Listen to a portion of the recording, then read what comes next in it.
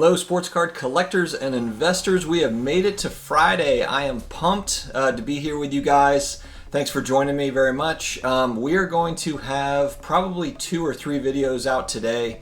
As I mentioned, there's going to be an uptick in content. So for people that are used to watching my channel, just hang with me. I don't know if it'll be at this quite of a pace as we move forward, but I want to try to really put out hopefully some valuable content for you all and somewhat entertaining. I'll do my best.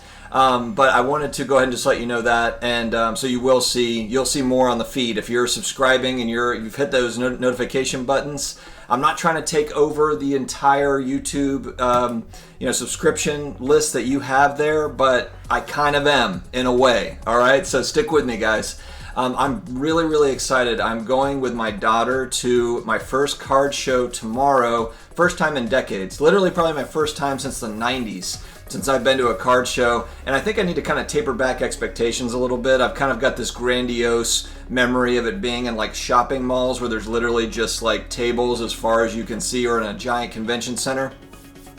This show is not a small one. It says that there's 225 vendor tables, which to me doesn't feel like a small show. I've seen some online, I've seen some videos where it looks like it's literally like, a high school gym that's got maybe 40 or 50 tables, and nothing against those shows. It looks like there's some wicked cards in there, but this looks like it's a little bit bigger, so we'll see. I'm excited about it. I will keep you posted.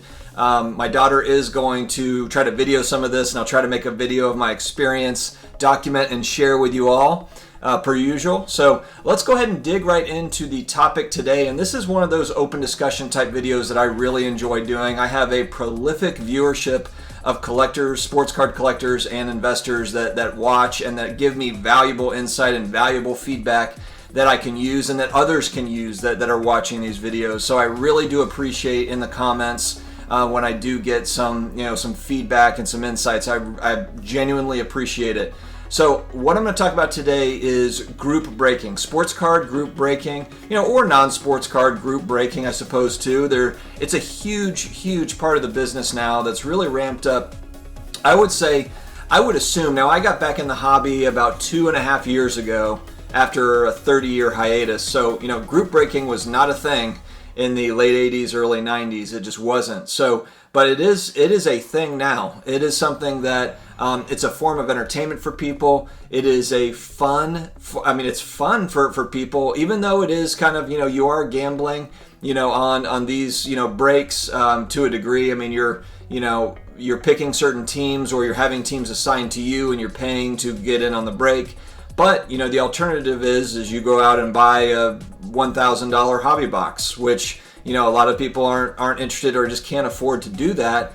So this is a way to kind of, get in the game without necessarily, breaking the bank, so to speak. So I do want to get feedback on this because it's something that I'm looking at doing more of. I'm researching it. I'm researching in big part too because I just look at, Prism football that's going to come out.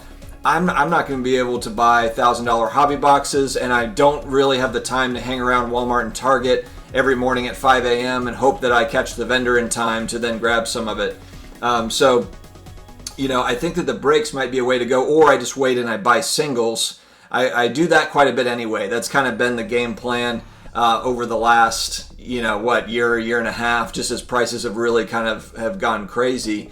But I am looking at getting more into group breaks. I know that I do have one subscriber. He also has his own YouTube channel, Ziggy No. He does a daily sports card kind of an overview, hobby overview every day. He's got various strategies on how he does that. So I've listened to him, on some things. And I am really thinking about getting into it. So for those that are new and don't know what I'm talking about, essentially you can buy into a break. A dealer will have a box, a hobby box. They will have a box and they'll sell teams, or sometimes it's at random where you buy into the break and then it's randomized and you get whichever team is assigned to you type thing. In many instances though, you're buying into the team, and depending on that draft class, it's usually priced accordingly. So last year, for basketball cards, the Pelicans was the hot ticket because of Zion cards. So the Pelicans were at a certain price point, whereas maybe the Warriors were at a different price point, and so that's how it typically works. And then what happens is a lot of these breakers, they stream it online. They stream it on YouTube, and they show, now not necessarily all breakers stream it. You can be in on a private break, where you're watching kind of privately, and then there's also public ones. The larger breakers do these massive, and some of them are really fun to watch. National Treasures stuff where, hey, I'm not going to spend 10 grand on a National Treasures box, or even vintage stuff. Someone will open up a box of 86 Fleer. I saw that on a channel. That was cool. So I think that it's just fun to see what is pulled, because that's going back to kind of the opening packs and the ripping wax stuff. That's really fun that I did as a kid, but it was a lot easier to get because they just mass produced it when I was a kid. And I think people that are my age really getting back into just wanting to rip wax and do that and be a part of it. So I do understand the draw to it. Obviously there's a gamble to it, because especially if you buy into certain teams, if none of the cards come out of those teams, then you're out the money, is the way that I understand it. Unless the breaker has some sort of a bonus for those that didn't get any cards. I've done a couple of these group breaks that were really well done, and it was kind of like that's how they kind of did it for people that didn't get any hits. There was kind of like these stack of cards on the side that they were giving as part of kind of a consolatory prize, to somebody that didn't actually get the spent money, but didn't really get anything out of it. Didn't get anything out of it as far as card hits. So let me know what you guys think on this. I'm thinking about getting more into it. And it's a polarizing issue. I mean, some people are just like, look, that's a total waste of money. You're just gambling. You're throwing money away. Others say, no, actually, the cost of singles are going up. So a lot of times you can get your money out of those singles, and it pays for the break. So I would really like to hear feedback on this, because I do think it's a hot topic in the hobby. I mean, there's a lot of hobbyists, longtime collectors that are not happy at all that there is no product for them to collect. And so what they're doing is, because of people are buying these boxes and reselling them for maybe 2 times, 3 times, 5 times what it is on the retail market.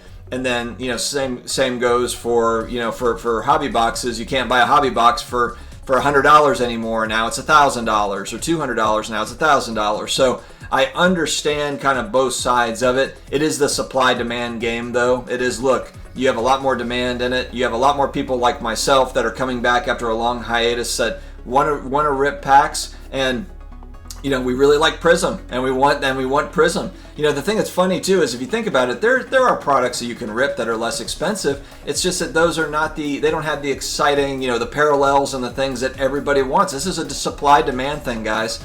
So if the demand is high, it's not going to be there, and we can be upset about people going to Walmart and buying out 30 boxes, but it's kind of like what we say, if Walmart limits sales to 4 per person or whatever, that can still be messed with, and you can still bring your whole family to each buy 4 boxes.